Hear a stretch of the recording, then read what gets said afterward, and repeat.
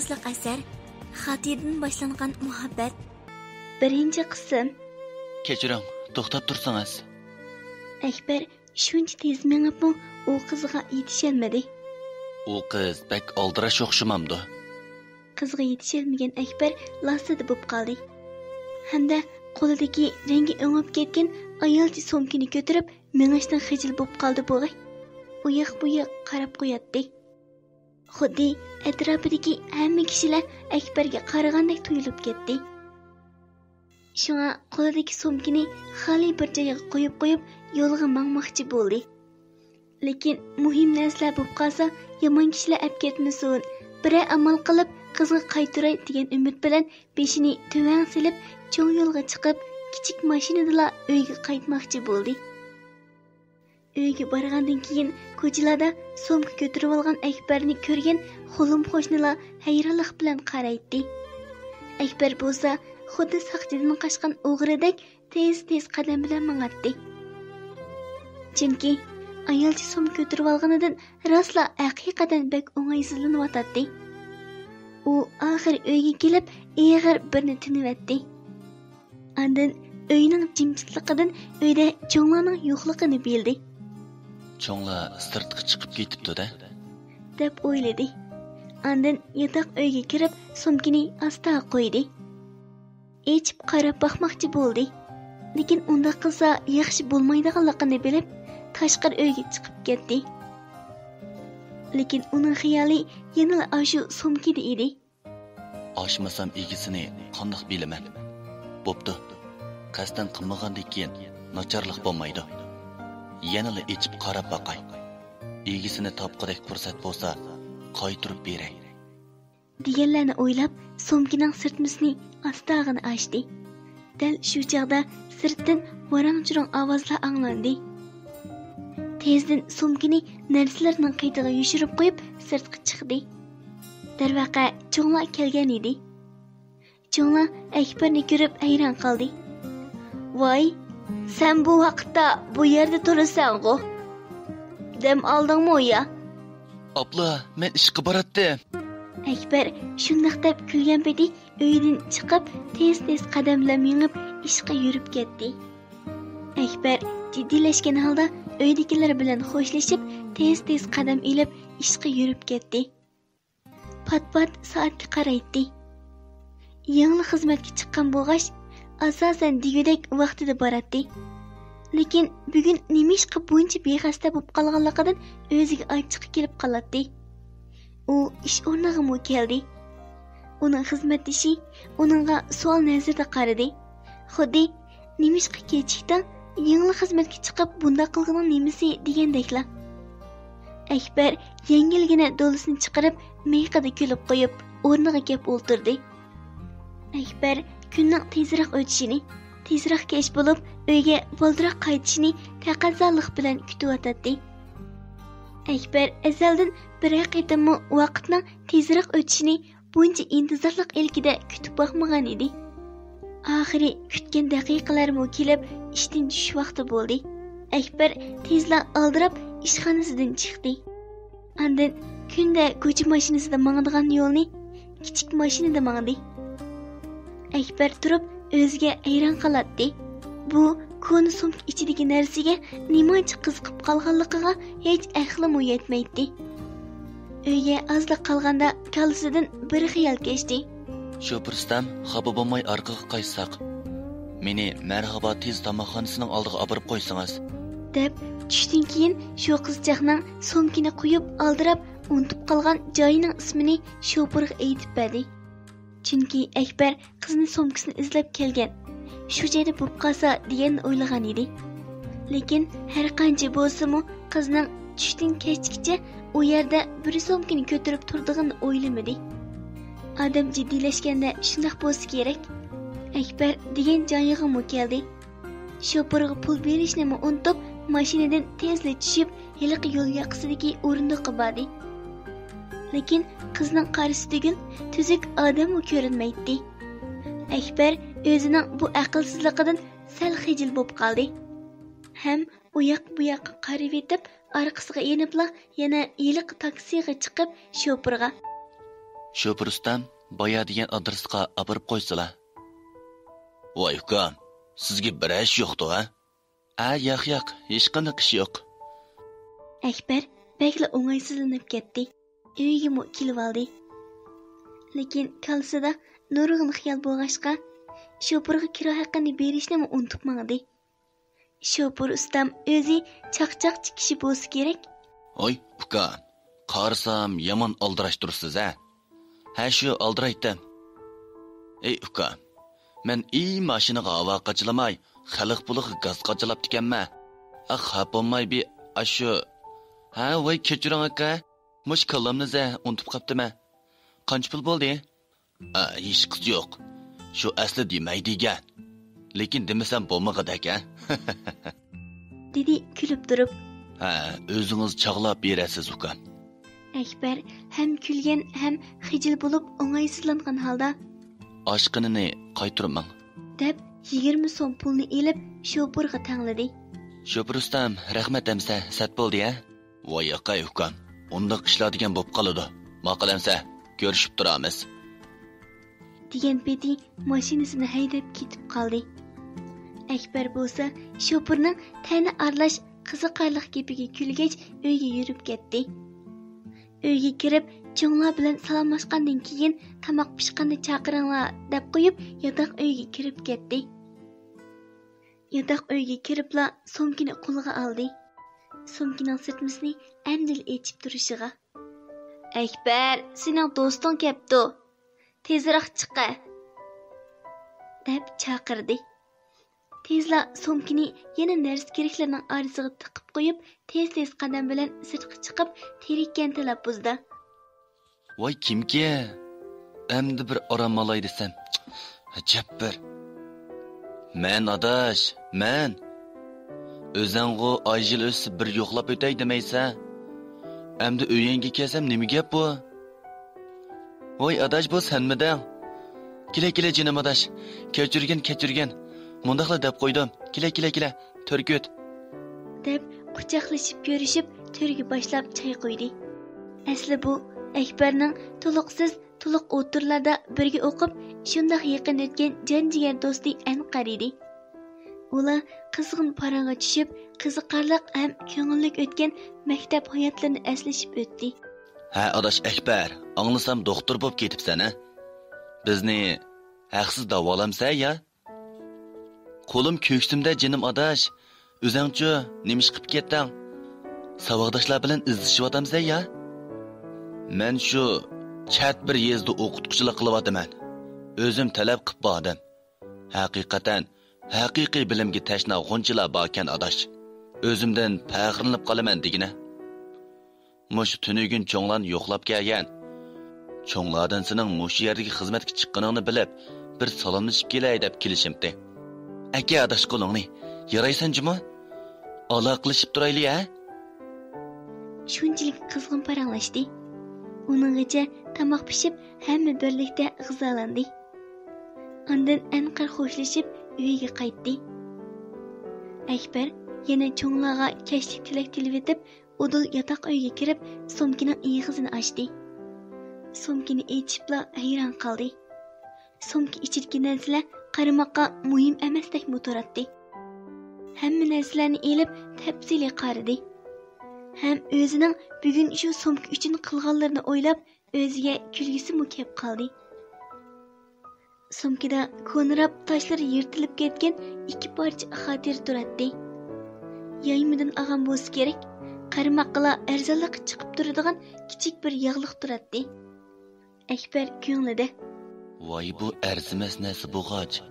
Shuni tashlab qo'ygan bo'lsa kerak deb o'ylab, cho'nglar ko'rmasda axlat o'rnida tashlab etishni o'ylab, beshini yengilgina silkib ichida.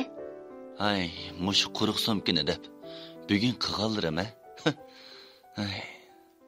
deb qo'ydi o'ziga.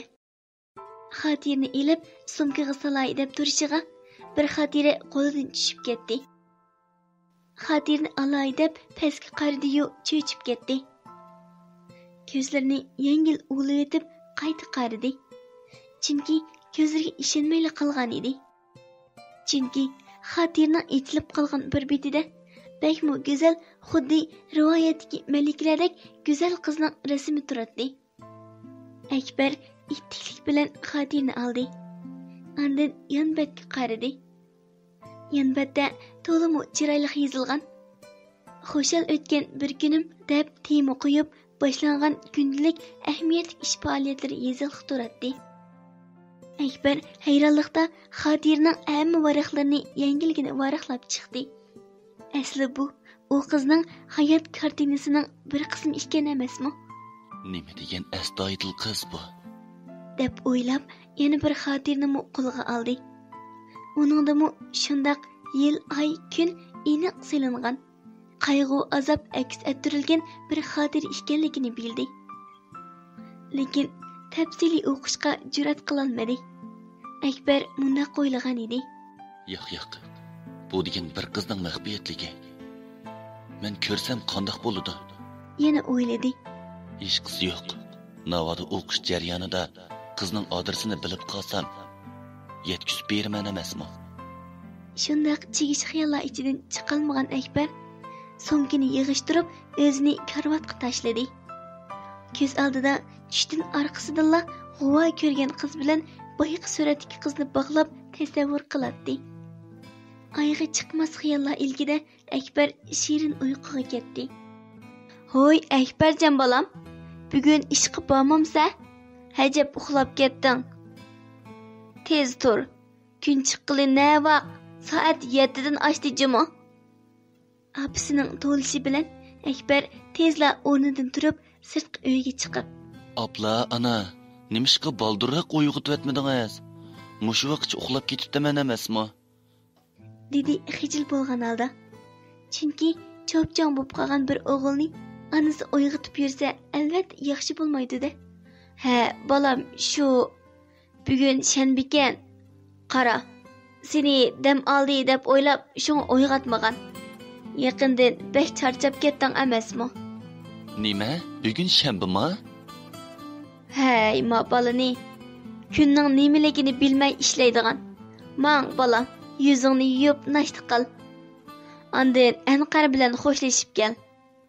U ish o'rniga kelsa, oyda aran keladi ekan. Ata-oyin seni izlab kelganda ko'ngliga azor berib qo'yding. O'qishmaslik bo'lib qoldi." "Ma'qul, rastaysiz ana. Shunday qilay." deb yuz qo'lini yuvib, nashta qilib bo'lgandan keyin yotoq uyga kirib, kiyimlarini almashtirib, Anqarning yeniga bormoqchi bo'ldi. Kiyimlarini almashtirib bo'lib, xayoliga yanala yiliq xotira kelib qoldi. Hamda tavakkul qilib bir o'qib boqmoqchimi bo'ldi. Hamda Teslaga qarab, tunigin ko'rgini qo'yib, yana birni, ya'ni avval yuzlig'ini ilib xotirani ochdi. Xotirani ochdi-yu, yana shunchalik hayron qoldi. "Nimandaq chiroyli qiz bu? Parining o'zi ekan-ku." dedi ichida, yanala xayolga patdi. "Voy bolam, nim bo'lding? Hajab yotoq uyingdan chiqolmas bo'lib qopsan-ku. Tezroq bo'g'in. Tunugin Anqar sahar mangaman deganda qilatdi-ku. Ketib qolmasin yana." "Ha, mana hozir chiqman." dedi-da, yanala xotirani tiqib qo'yib, Anqarning qishiga yurib ketdi. Ikkinchi qism. Ondan nega berishni bilmay, yana yiliq xotirani o'ylab uyga qaytib keldi. Onasi hovlida yugur yetim ishlarni qilyotdi. "Hoy, balam, nimancha tez qaytib kelding?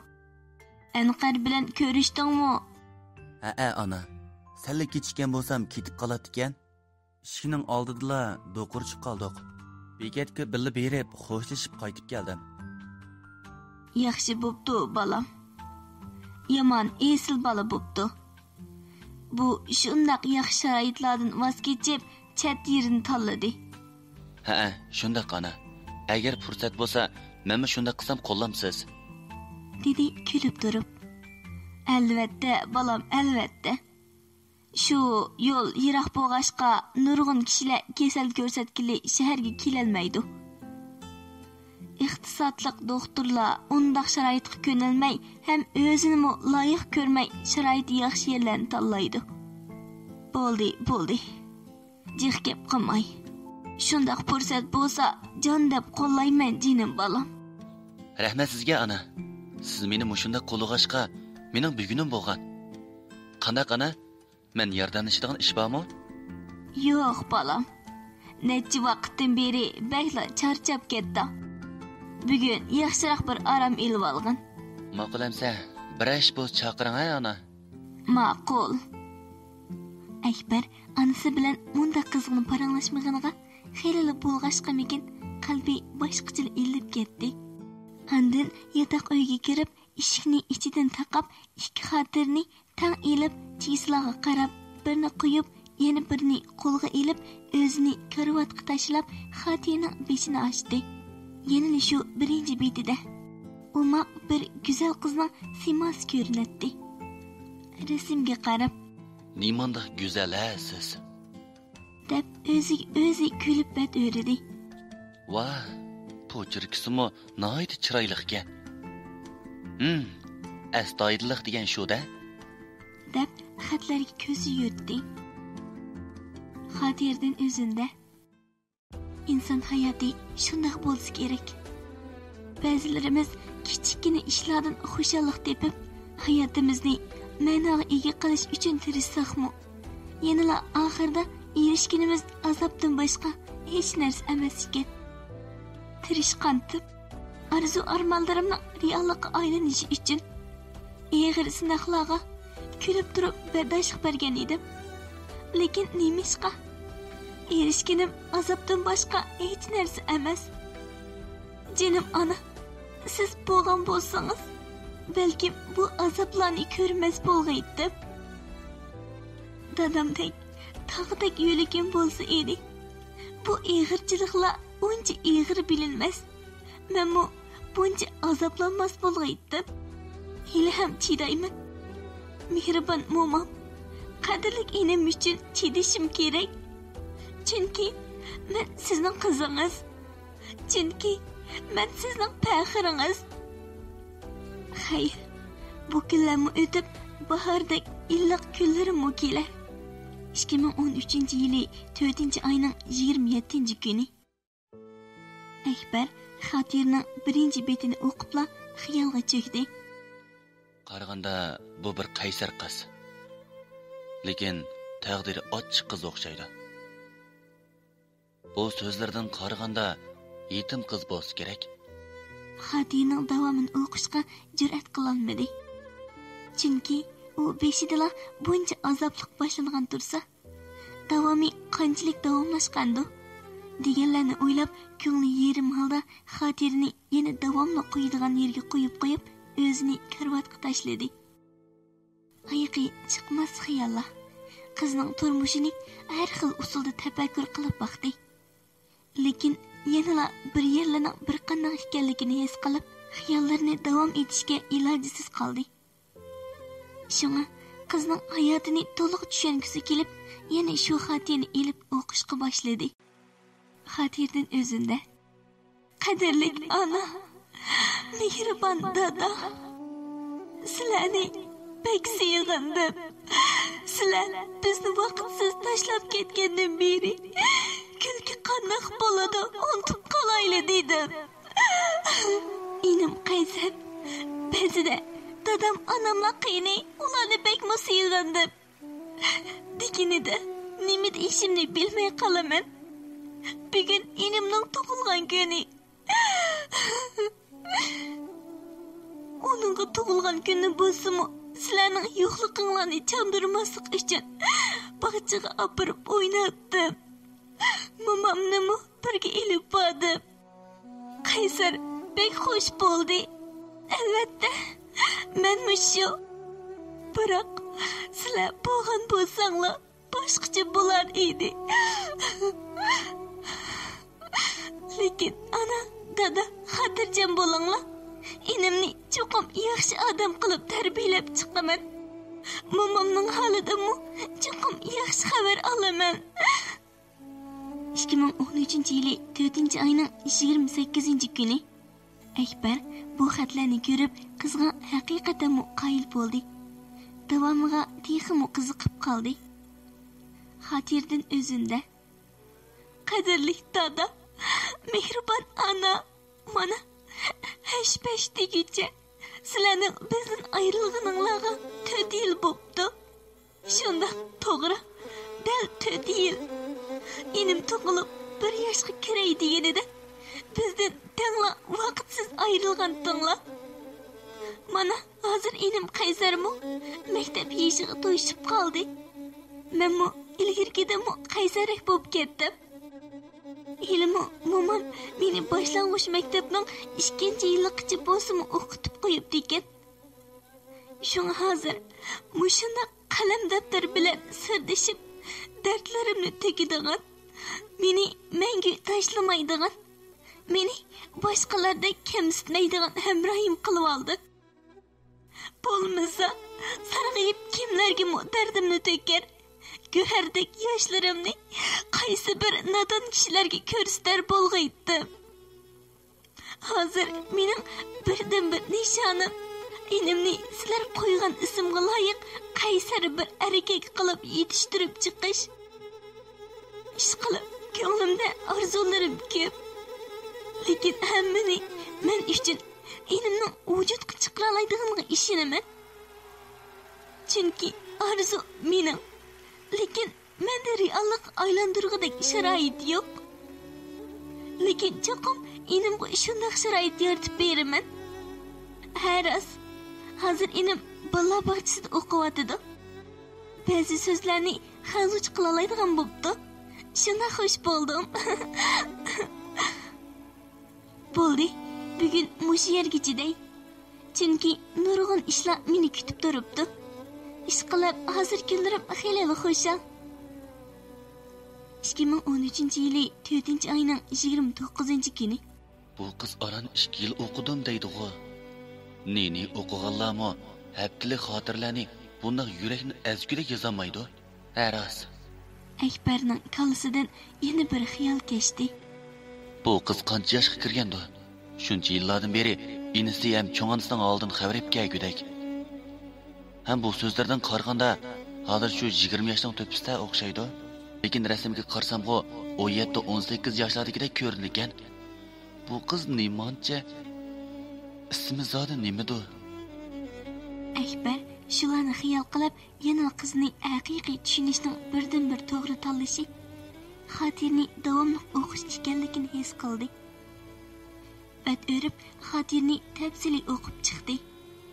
Xotirdan o'zinda: "Jinim ana, mehribon dada, sizlarni rostla behli sevgandim.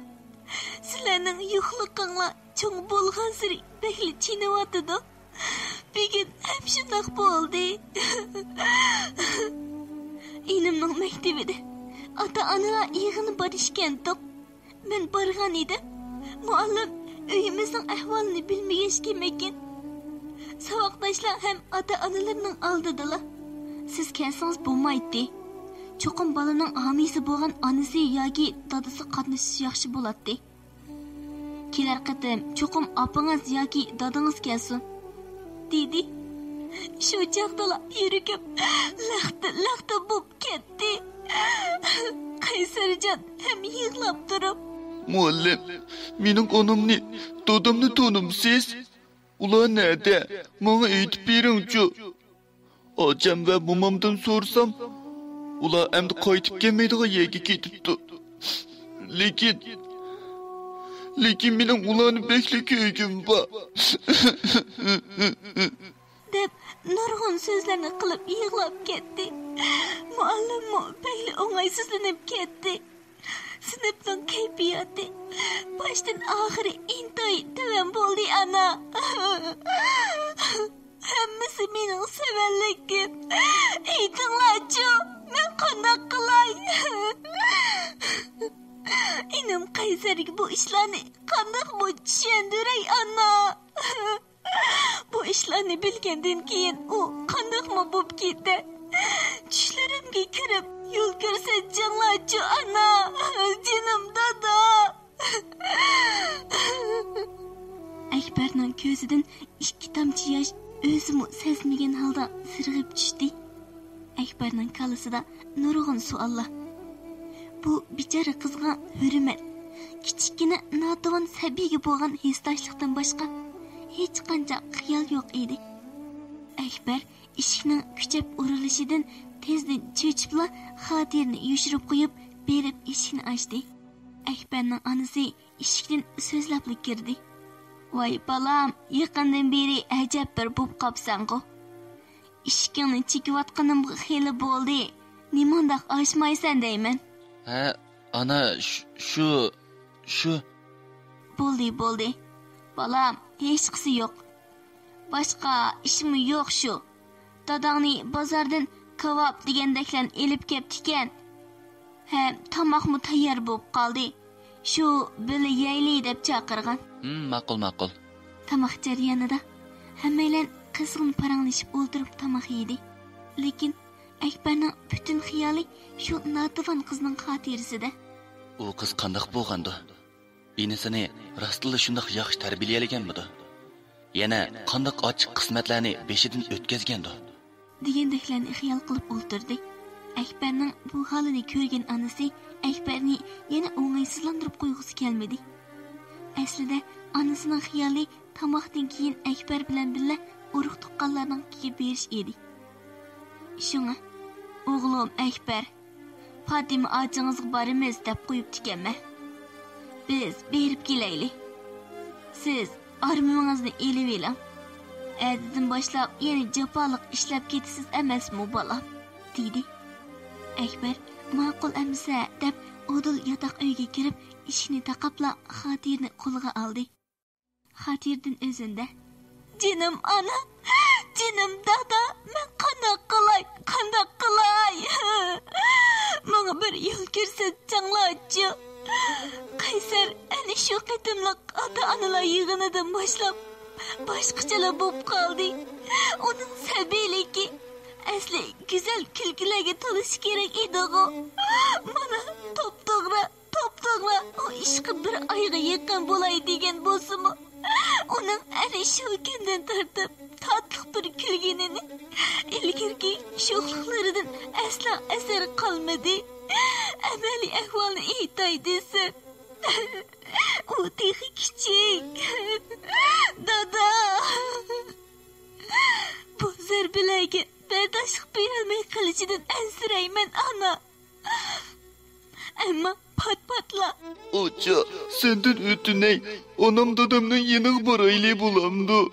Anam dadamның yanığı baraylı bulamdı. Deb yig'lab ketdi. Bu vaqtda enimga nima deb tasalli berishni bilolmayman.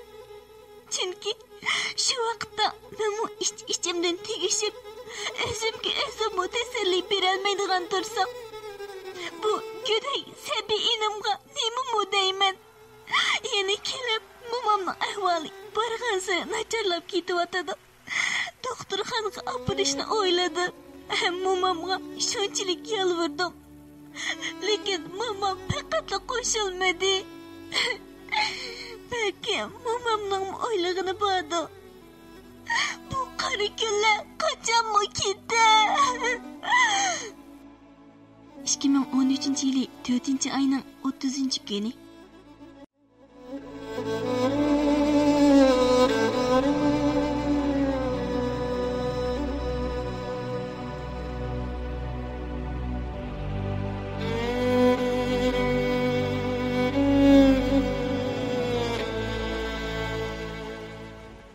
Xotirdan boshlangan muhabbat. 3-qism. Xotirdan o'zinde. Qadrlik ana, mehribon dada. Mushu kunlarda momamning ahvoli kundan kunga og'irlashib ketyotdi. Momam pat-patla, mendan qolsanglar, qandoqmi qilasizlar bolalarim? Ko'zimning ochiq vaqtida sizning turmushga chiqqaningizni ko'rsam, ko'zim ochiq ketmaydi. Deydiganlar bo'lib oldi. Har qatim mushu so'zni anglasam, ichimdan tegishib ketaman ana. Chunki men amdil 16 yoshga kirgan tursam, men turmushga chiqib ketsam, momam bilan enimning holidan kim xabar oladi? Men taqdirimning ochiqligiga bardoshlik beray deyman. Lekin açıq taqdir meni halsizlantirıverdi. Chidayman, yanala chidishim kerak. Hem chidamay nima amalim bor manga? Sizlar iriqda turib manga badat beringlar. 2013 yılı 5. ayının 1. günü. Akbar Xotirning munobatni o'qib, taqdirning haqiqatan achchiq bo'lganligini his qildi. Chunki u bir o'g'il bola bo'lg'achqa, bekmu e'tibor bo'lib, jabbo mushaqqat azaldan uningdan yiroq edi. Tova, nimancha bola ochiq qismat. Kaj taqdir bu. Bundaq ochiq qismat nimishqa mushu ojiz bir qizning beshiga keladi. O 16 yoshga kirguncha bundaq ochiq kunlarni ko'rgan bo'lsa, buningdan keyingi taqdiri zodi qandoq bo'lgandi? Akbarning kallasida nurg'unlagan nima uchunlar bor. Lekin buning javobi yana mushu Xotirda edi. U Xotirni davomli o'qidi. Xotirdan o'zinde. Bugun men tunji qaytim ashu ota-ona yig'inidan keyin inimning ichidan chiqarib haqiqiy bir kulganini tunji qaytim ko'rdim. İnim Qaysar bolalar bog'chasi bo'yicha natijasi eng yaxshi o'quvchi bo'lib baholanibdi. Muallim uni hamma o'quvchilarning oldida maqtab, suyib taqdirnoma beribdi. U bu ishlarni menga so'zlagach bekli kulib ketdi. Shunga men bek xushal. Xotirjam bo'linglar. Men qanday jafo tortish, nima kun ko'rishdan qat'iy nazar uningga cho'qim haqiqiy baxtni his qildirman ana. Mehrga tashna qilmayman. 2013 yili 5 ayning 2 kuni. Nima degan Qaysar? Mushunda Qaysar mehribon odamlarimizning borligiga yana bir rat ishondim. Mumkin bo'lsa bir ko'rishga fursat chiqsa-di. Lekin mumkinmi? Bu qizning hayotida yana qanday tragediyalar yuz bergandi? deb xiyol qo'ynidan o'zini tortib, Xotirni davomli o'qishga boshladi. Xotirdan o'zinde. Mana, men qo'rqqan ish kundi davomlashyotidi. Kundi degidek uyimizdan elchilarning oyog'i uzilmayotidi. Hech qaysisiga mening rozilik bergim yo'q. Men qanday qilay? Sizlar bo'lgan bo'lsangiz, hayotim boshqacha bo'lar edi. Momam kelganlardan biriga rozilik bermagandek qiladi. Qandaqmi bo'lib ketarman? Men yotliq bo'lib kelsam, bechora momam bilan inib qandaqmi qala? Charchadim, beyli charchadim. Rostla bek charchadim ana. Men bardoshlik berolmagudekman jinim dada. Endi qandaq qilaman? 2013 yili 5 ayning 3 kuni. Xotirdan o'zinde. Ansirgan ishim yuz berdi. To'y ishim qarar qilindi. Men qanday qilay jinim ana? Men dehi cho'nglog'i kelan hem bir ayollik mas'uliyatini üstümü algudek bo'lmadim-ku. Meni bundaq rahimsiz dunyoga qo'yib qo'yguncha bil ib kelsanglarchi. Men to'y qilib ketaman. Lekin inim bilan momamchi. Hayotga umidim qolmadi. Lekin yana shu inim ham momam uchun hammaga kulib qarashga roziman. 2013 yili 5 ayning 4 kuni. Akbar bunu so'zlarni ko'rib, ichidan u qizga hurmat, hesdoshlik bilan o'zini sezmagan holda ko'zlari yana namlandi. Kallasida texmu nurg'un xiyol. Hesdoshlik. Qiz rastilla to'y qilarmi? Qandaqroq oilaga kelin bo'lgandi? Qandaq bir talayli yigit bu qizga uchirgandi? Qizni qadrlab baxt his qildira olganmidi? Qizning keyingi turmushi zodi qandaq bo'lgandi? Degandek o'zi hukm qila olmaydigan nurg'un savollarga xiyollari to'shib ketdi. Yanala Xotirning davomidan qizning keyingi kunlarini bilmoqchi bo'lib, Xotirni ochdi. Xotirdan o'zinde. Qadrlik ana, mehribon dada, mana shuncha tezda uni qilib, buni qilib degandek to'y kunimni qarar qilindi. Lekin bu jarayonda bo'lg'isi hamroyim bilan o'dil turib paranglashibmi baxmadim. Lekin men xotirjam edim. Chunki momam hargiz menga yaxshi bo'lmaydigan ishni qilmaydi emasmi? Lekin ansiraydiganim yana momam bilan inim. To'ydan keyingi yangi uyga ko'nalarmanmi? Momamning deyishicha, u uyda bo'lg'isi yo'ldashimning akasi, ayoli ham bir singlisi bor ekan. Oila a'zo soni xeyli ko'pkan. Ularning hurmatiga erishishga tirishiman ana. Ham o'z qarindoshlarimdek ko'rishga tirishiman. Bo'lg'isi yo'ldashimning ham hurmatini qilib, yaxshi bir ayol bo'lishga tirishiman. Iroqda turib, menga banat beringlar ana, dada. 2013-yili 5-oyning 5-kuni xotirdan o'zimda. Mana, endi mening hayotimdagi eng chong o'zgarish bo'ladigan bir xiyoliy qizdan bir ayol, bir kelin yo'liga qadam bosaman. Qani aytinglar. Men bu kelin ham ayollik mas'uliyatidan chiqa olamdim. Endi gerçi men xushal bo'lishga tegishli bir kun bo'lsa-mu, lekin nemishqikin yuragimni bir narsa tatlayotgandek etishib ag'rib ketyapti. Sizlarni sevgandim, bekli sevgandim ana. Sizlarning baxtligininglarni ko'rolmaydigan bo'ldim. Lekin ishonaman, sizlar doim menga baxt tilab turasizlar. 2013-yili 5-oyning 6-kuni Akbarning ko'ngli bekli buzildi. Shuncha kichik sabiy bir qizning ayollik ham kelinlik mas'uliyatini ustiga olganligiga ichi echisa, u qizning inisining ham momisining keyingi turmushlaridan ansirab qoldi. Qizning to'ydan keyingi turmushi qanday bo'lgandi? Baxtli bo'la olganmidi? Qiyin opa, qiyin otlarga yaxshidek qilyotdi. Lekin to'ydan keyin qanday muomalada bo'lgandi? Ikki yangisi-chi? Akbar xatini o'qigan sari kallisidagi savollarga javob chiqsa-mu, lekin yanala savol kaynidan savol, qiziqish, ansizlikda hislar nihoyatda ko'payotdi. Shunga yana xatini o'qishni davom etdi. Xatirdan o'zimda inson hayoti shunday bo'lsa kerak. Bu uyga kirgan tunji kunila yo'lishimning mansitmaslik bilan qilgan muomalari mening bu aslida sunuq qalbimga og'ir azoblarni soldi.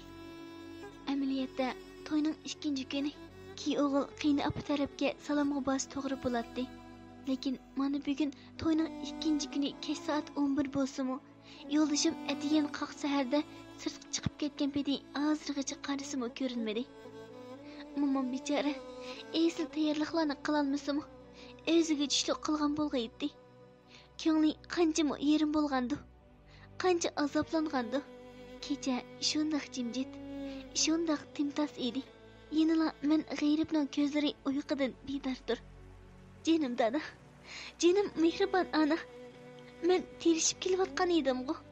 Balkim sizlar bo'lgan bo'lsanglar, menmu boshqalardek xuddi ko'kda erkin parvoz qilayotgan qushlardek yurar bo'lg'aydim. Lekin o'ng ham so'l qanotim bo'lgan sizlardan ayrildi. Sizlar yo'q, shuncha ko'p dard tortdimki, mendan boshqa qizga yo'q, bundoq bir ishlar boshqa bir insonga bu kunlar kelmasin. Men hozir qanotiga o'q tekkan qushqaga o'xshab qoldim. Yerga shunday qattiq tushdimki, o'zimni o'nglashga imkon bo'lmadi. Lekin tirishayotman. Bardoshlik berish uchun shuncha g'ayratli yashab keldimki, ba'zida hatto o'zimning bugungidek g'ayratli bo'lganimga hayron qolaman. Kutaman. Ammo shu kishilar eg'izidagi baxt qushining tezroq mening yonimga kelishini kutaman. Ba'zida haqiqatan seg'inishga to'lgan, zardob bo'lgan ko'nglimga tasalli izlab yoshlarimni to'kaman. Mayli, sizlarga va'dam, yo'ldashim qandoqli muomalada bo'lmasin, uni cho'qim hurmatlayman. Uni hamon o'z mehrim bilan qoyil qilaman. 2013-yili 5-oyning 7-kuni Akbar bunu xatlarni ko'rib, yana ko'ngli buzildi. Bu qiz yanala baxtsiz bo'pti-ku. Nemancha adolatsizlik, nemancha ochiq taqdir bu. Bu qiz kallasida nurg'un savol, ich og'ritish, hesdashlik, qizga bo'lgan hurmat bor edi. Shunga davomli xatini o'qish uchun eg'ir burni tinib, yana davomli o'qishga kirishib ketdi. Kunlar o'tib o'tadi. O'tgan kunlarimni o'ylasam, yig'lig'im keladi. Kutgan kunlarimni bo'lsa, xiyol qilishdan qo'rqaman. To'y qilganimga haftadek bo'ldi. qayni anam amroq. Lekin yanala cho'ng kelinni ko'rgan ko'zda ko'rmaydi. Yangi singillarimi yengemga shunday amroq. İkimizga farqli muomala qiladi. Aslida xayrli his qiladi.